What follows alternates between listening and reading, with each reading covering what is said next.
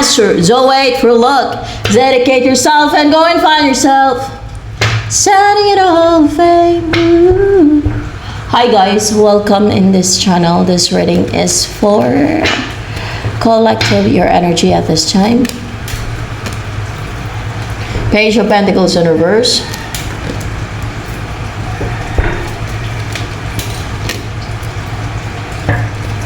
And Ten of Swords.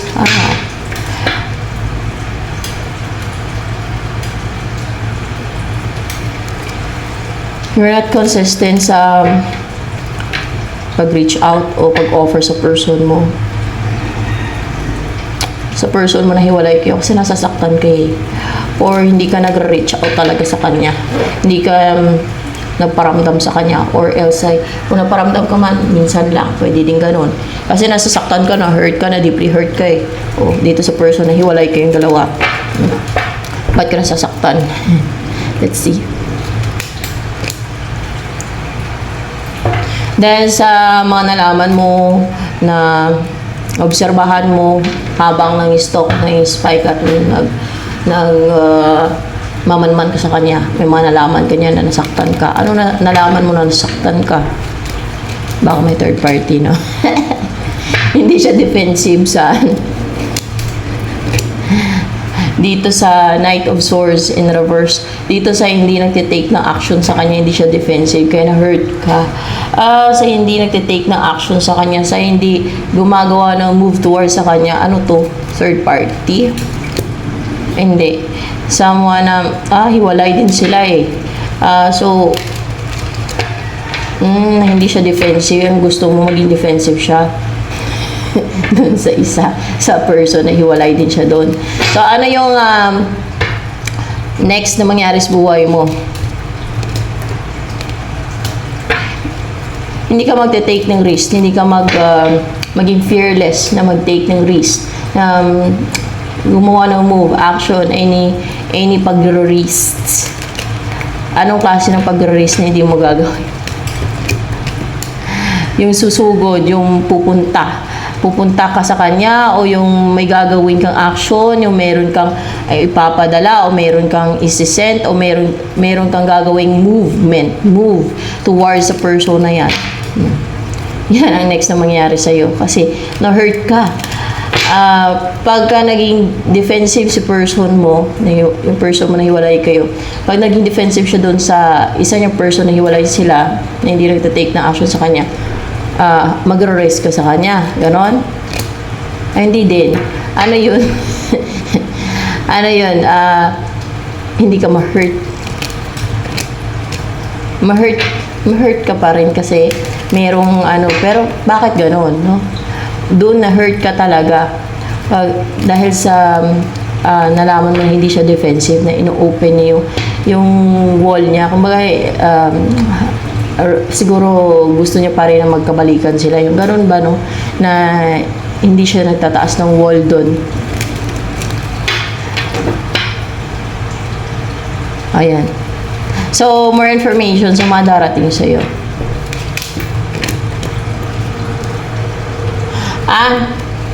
Ito yung darating sa'yo. Hindi ka na maging may pagbabago sa'yo. Hindi ka na maging deceitful, or yung umiwas-iwas o tumatakas-takas, or kaya kung meron kang inaagaw, ini-steal, hindi ka na maging ganon. You will feel sorry, no, sa nagawa mo. Meron kang kinukuha. Malamang meron kang kinukuha yung ex mo na gusto mo magkabalikan kayo, meron kang gustong kunin, ganun. Pero you will feel sorry sa mga action mo, sa mga nagawa mo.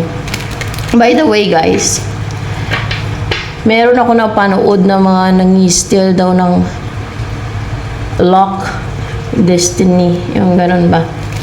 Yan o, baka ano yung ni-steal mo, destiny? Hindi. Luck.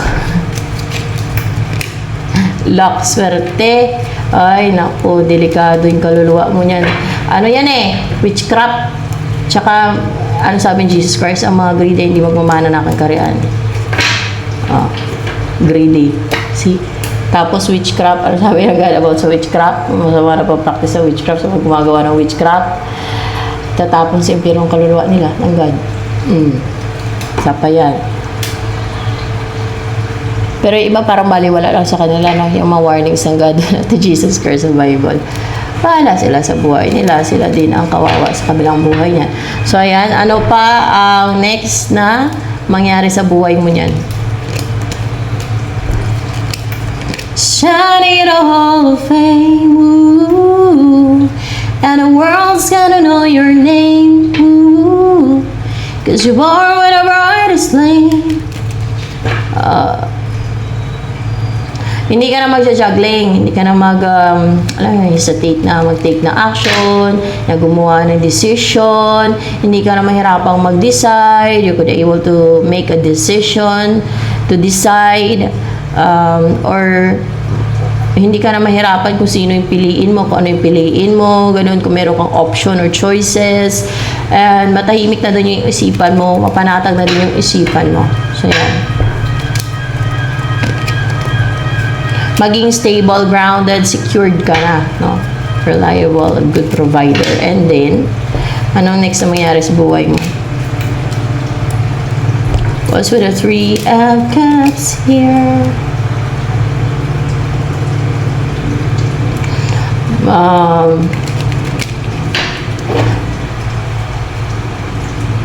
Merong may mag-send sa'yo eh. Ano itong i-send sa'yo na to? Para maging confident at comfortable ka na sa sarili mo, na mag-reach out sa person para magkaroon ng reunion sa inyo, ganon.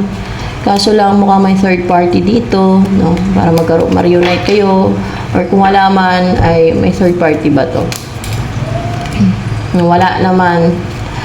There's reunion. It's a reunion yung 3 of Cups dito. So, yan. Magkaroon ng reunion sa inyo ni Queen of Pentacles. Yan. So, maging komportable na kayo na mag-usap, mag-communicate, na magkaroon ng collaboration, na magkaroon ng exchange messages, o magsama kayo, o mag-send ng message sa isa't isa. Kung dati hindi kayo confident, hindi kayo komportable na makausap ang isa't isa, ngayon ay pag na-receive mo na to, maging komportable kayo, na kausapin ang isa't isa, at parang magkasundo na kayo niyan pagkaganyan.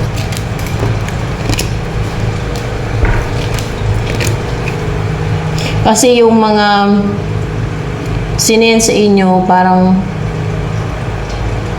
o yung mga isisend sa inyo, hindi magtatagumpay. Yan, hindi magsasucceed, hindi magtatagumpay yung mga isisend sa inyo. Yung mga isisend sa inyo pati, hindi na magtatagumpay yan. Yung mga sinasend, like siguro attacks, mga ganyan, mga attacks, energetic attacks, ganyan. And, yung maging cold kayo pala, no, sa isa't isa. Meron nagsisend sa inyo ng mga energetic attacks para maging cold kayo sa isa't isa. Yan, pero hindi yan magtatagumpay, no? So, ayan. Ito pa. Makapag-heal na din kayo, maging mapanatag na kayo sa connection yung dalawa. Ito ni Queen of Pentacles. Mapanatag na kayong dalawa sa connection nyo. Ma-heal na kayo. Kung mag-heal kayo together, pwede din. Kung magsama kayo agad, maging kalmado, ganyan, ma-relax kayo, ganyan. And pwede din magkaroon ng alignment sa inyo na with the temperance here. So, ano yung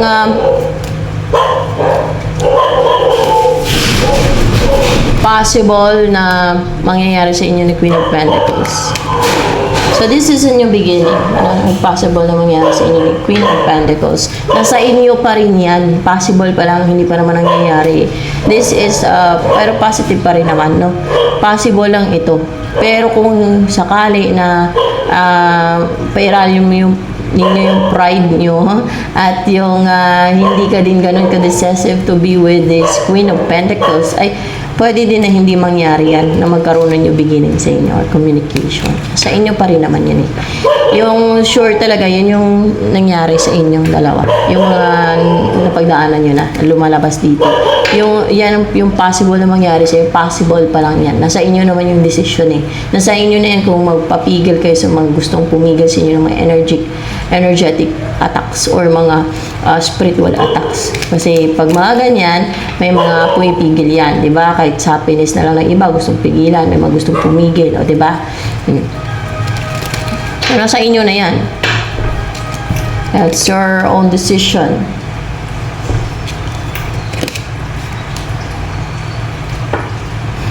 May ma-left out in the cold. Masasaktan. O may nasasaktan, may na-left out in the cold. And there is a new beginning. No? A new cycle. Antong new cycle na to. Ito yun, yung wala ng illusions na may-unite o na-unite sa inyo. May-unite sa inyo ng mga illusions. At matanggal na din yung mga, alam yun, illusions na na-unite sa inyo. Hindi na kayo nagagawa ng deceit. Hindi na nahadlangan yung inyong union. Na hindi na kayo namamanipula. Hindi na nakokontrol yung isipan ninyo. Hindi na kayo napipigilan to be together. So, yan. Yan ay mga possible pa lang. Nasa inyo pa rin naman yan. No? Kung ano yung kung ano yung decision nyo. Oh.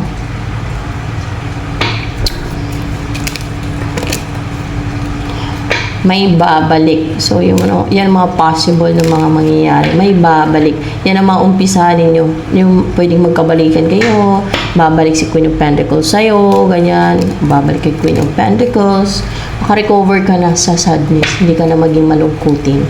Para maramdaman mo na yung contentment. Kasi, andyan na yan si Queen of Pentacles. Pag hindi ka nagpapigil, ni Queen of Pentacles sa mga gustong pumigil sa inyo. Kasi meron talaga yan mga gustong pumigil, no? Sa happiness ng iba, sa love life ng iba, merong mga ganon. Yun ay mga sa evil yan, sa mga kadiliman.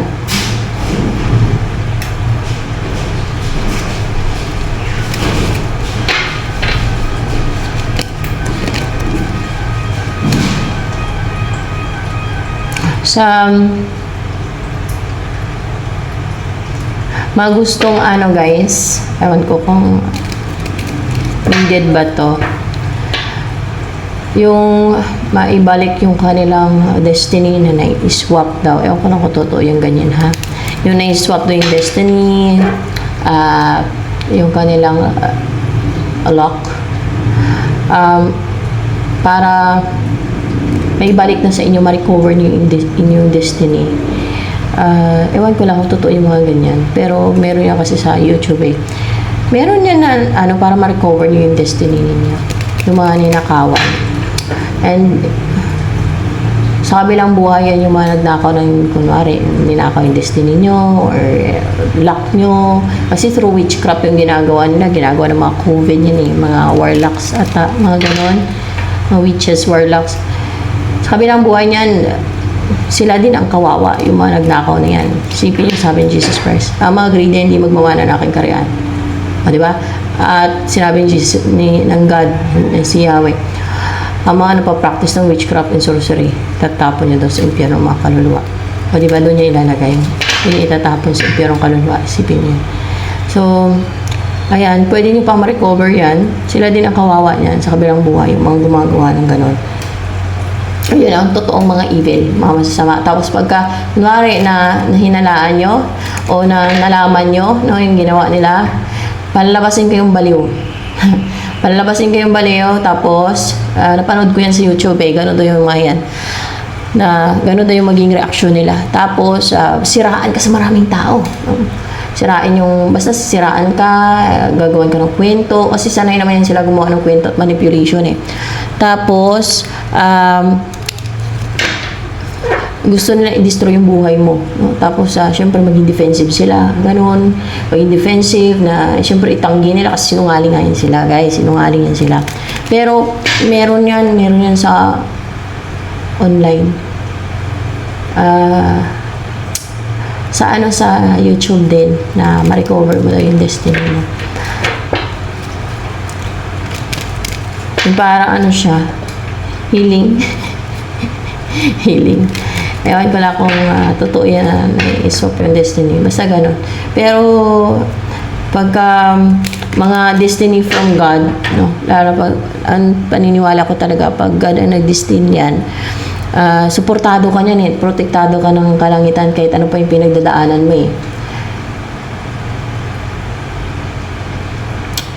Yung energy mo ata yung kinukuha nila. Ganun nanguha sila ng energy. I-swap nila yung energy. Yan. Pero, hindi naman i-allow ng God yan pagka may purpose ang God sa'yo na may destiny ka talaga from God. Pero, try nyo din. Merong yan eh. Para ma-recover nyo yung destiny nyo. Kasi merong mga gahaman eh. Sila din kawawa yan sa kabilang buhay. Yung mga gumagawa niya at witchcraft yung ginagawa nila. Parusahan yan sila ng God sa mga ginagawa nila.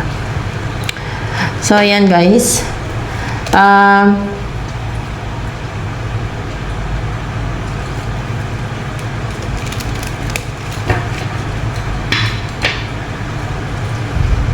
Kung yumaman sila, yung mga gumagawa ng ganyan, yung mga witchcraft na yan, through sa pangistil at through witchcraft, hindi God ang payaman dyan. No? Hindi lahat ng tao na yumaman ay God ang payaman dyan. Yung iba dyan, karamihan dyan, nagbibinta ng kaluluwa. Gumagawa na ng witchcraft. Basta gumagawa ng witchcraft, pinagpapalit nila yung kaluluwa nila dyan. No? Kapalit ng mga kahilingan nila, yung mga gusto nilang ibigay sa kanila. That's the truth. At lalo na yan. No? Sa kadiliman yan. Hindi yan sa Diyos. Ang Diyos ay fair yan. At hindi niya hayaan na ibigay yung o ilipat yung destiny ng iba kasi yun yung luck ng iba. Kaya nga may punishment ang God. Hindi dito sa mundo. Sinasabi na ng karma o bad karma dito sa mundo. Yan, sa Buddhism na paniniwala yan, hindi yan sa Katoliko. Kaya magtaka kayo kung bakit yung mayayaman at mga masasama talaga na ay bakit hindi naman sila nakakarma? Hindi sila natatabla ng mga black magic kasi may mga protection na yan sila. Advanced na yan sila. At hindi sila minamalas. Kasi hindi naman sila natatabla, may protection na yan sila. Kagaya ng mga politiko. O, diba?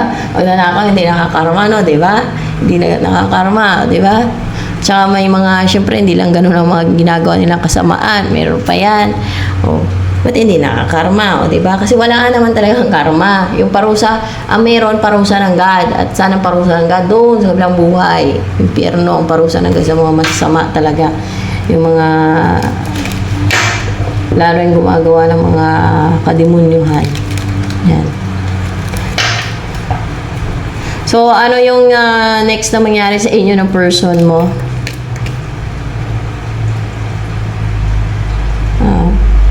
I wish na yung mga, ninakaw yung inyong luck and destiny, may balik na sa inyo. Kasi, hindi yan kanila, sa inyo yan. Basta kung ano lang, para sa akin yung sa akin. Yung sa akin ay sa akin lang. Hindi ako interesado nung sa iba. Kung ano yung sa iba. Yung kunwari, ang luck ko o yung energy ko o destiny ko, yun lang ang akin. Hindi ako interesado sa iba na agawin yung sa iba. O kaya talent ng iba, hindi ako interesado sa yung agawin yung talent ng iba. No, I don't want kung ano yung sa iba. Yun sa akin lang, yun lang yung akin. At syempre, kung nanakawin yung, kunwari, no, nakawin yung akin, syempre, akin yun. Ako may karapatan doon kasi akin yun. Babawiin ko't babawiin dahil akin yun, di ba? So, ganun din dapat kayo. Yung sa inyo lang, no, yun lang i-clean niyo yung sa inyo. Huwag nyo na hangarin yung sa iba kasi greediness yun. Hindi kayo makapasok sa karya ng Diyos pag greedy kayo, di ba? So, yan.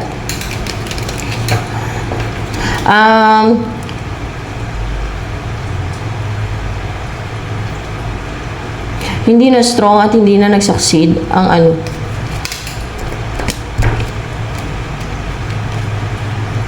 The Wheel of Fortune. Ano itong The Wheel of Fortune ito?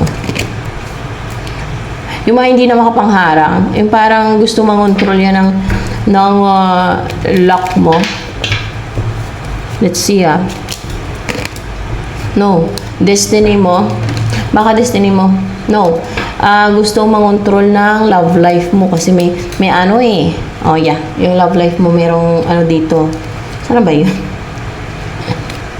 Merong lover's card kanina. So love life mo. Yung love life mo, gusto nilang kontrolin ang iyong love life. Oh. Hindi na yan sila makapangharang, hindi sila makapakontrol. And of course, huwag kang magpakontrol. Siyempre, huwag mo na iaasa sa, guide or sa mga, kailangan mo din na maging strong, huwag kang magpakontrol, huwag kang magpapigil. If you want to be with your person, then be decisive and don't hold back. Huwag mo hayaan yung fear na pumigil sa'yo. Huwag mong hayaan na pigilan ka to be with your person. You need to take action. Hindi yung witchcraft yung iba sinasandalan nila witchcraft. Ika-impyano na kaluluwa nyo pag witchcraft sinasandalan yung ginagawa ninyo. At yan ang punishment ng God sa mga gumagawa ng witchcraft. Huwag kayong mag-ano sa witchcraft kasi sa demonyo yan, hindi yan sa God. Yan. At yan ang number one na hadlang sa inyo sa mga yung magpapasaya sa inyo, sa happiness nyo. Kasi ayaw ng mga demons na maging masaya ang mga tao. Ay, hindi kakampi yung mga demons, yung evil forces. Kahit gumagawa ka pa ng pinapagawa nila ng mga mission na binibigay nila sa inyo like witchcraft.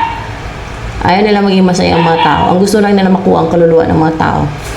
Kaya nga pinapagawa nila yung mga tao, inuudyo ka nila gumawa ng witchcraft, irali yung greediness at inggit, at kung ano pa mga kasamaan, kasi gusto nga nila makuha yung kaluluwa ng mga tao na yan. Gusto nila makarangit talaga ng kaluluwa ng mga tao na may itapon sa impyerno. Parusahan ng God, tapon sa impyerno. So, yan. Yun ang totoo. Yan.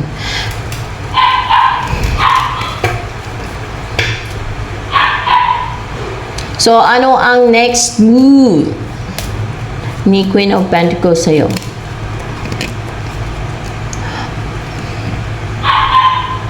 Yung mga karga, hindi na sila makapangkarga, no? Kung may kinakarga sila sa inyo, yung mga gusto mangontrol nito ng love life mo, lack mo sa pag-ibig o love life mo, sabihin na natin gano'n, ay hindi na yan sila makapangkarga sa iyo. Wala na makapangkarga sa inyo, no? Hindi na kayo makakargahan. Hindi na yan makapag-create o makapag-set ng mga illusions sa isipan ninyo. Yung mga illusions na yan at mga manipulation yan, mga na-unite yan, mga kadalasan mga orasyon, mga ritual na ginagawa nila, guys. Yan. And maging maging strong na yung mind nyo.